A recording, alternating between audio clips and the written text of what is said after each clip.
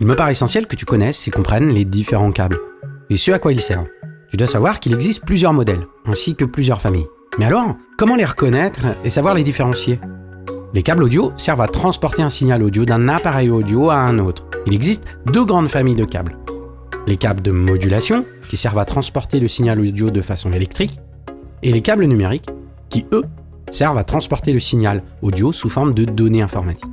Commençons par les câbles de modulation.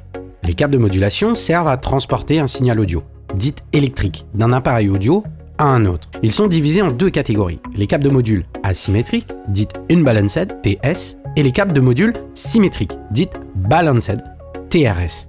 Les câbles de modulation asymétrique, c'est un câble qui comprend deux points de connexion, la masse et le signal. C'est le type de câble que l'on retrouve avec des connecteurs de type RCA, Cinch, ou Jack TS.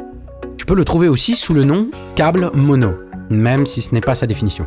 C'est de loin le câble le plus utilisé par le grand public et par tous les musiciens pour raccorder leur guitare, leur basse, leur violon électrique, leur guitare électroacoustique ou électrique, mais aussi tous les appareils audio électroniques comme des platines vinyles, CD, cassettes et certains instruments électroniques. Le gros point faible de ces câbles, c'est qu'ils sont sujets aux interférences, malgré la liaison de la masse, qui peuvent être émises autour des lampes halogènes, des câbles électriques annexes, les ondes radio. Les parasites ne sont pas annulés. C'est pour cela que les câbles asymétriques doivent être le plus courts possible pour éviter justement l'exposition aux parasites. Le point positif de ces câbles, c'est que leur prix est faible. Ils sont disponibles dans n'importe quelle grande surface puisque les liaisons asymétriques sont largement utilisées dans le domaine grand public. Tout simplement car l'électronique nécessaire à leur mise en œuvre est plus simple et coûte moins cher que l'électronique nécessaire à l'élaboration des liaisons symétriques. Dans les câbles asymétriques les plus utilisés, tu trouves les RCA. Le câble RCA est facilement reconnaissable par ses couleurs blanc et rouge. Il est utilisé sur les appareils électroniques comme les platines, les lecteurs audio divers, mais aussi pour les câbles allant aux amplis domestiques, ainsi que les câbles de haut-parleurs pour l'usage là aussi domestique. Ils s'achètent toujours par paire. Un câble pour le côté droit, right en anglais, rouge, et un autre câble pour le côté gauche, left en anglais, blanc, du signal audio. Le Jack TS.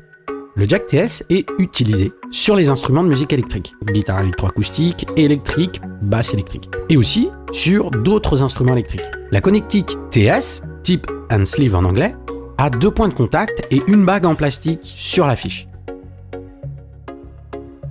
Alors si tu veux apprendre à devenir DJ producteur, je t'ai préparé une grosse formation qui va t'apprendre toutes les bases du DJing. Cette formation dure à peu près 10 heures et contient pas moins de 75 vidéos. Tu vas apprendre de chez toi, à ton rythme, sans pression. Mais ce n'est pas tout. Dans cette formation, je t'offre 5 e-books pour apprendre la théorie à ton rythme, 23 titres gratuits de styles différents pour que tu puisses t'entraîner à ton rythme sans que tu galères à trouver des tracks. Mais aussi un accès VIP à notre groupe Facebook pour échanger avec moi et l'équipe et les autres membres de la formation. Je te mets le lien en description.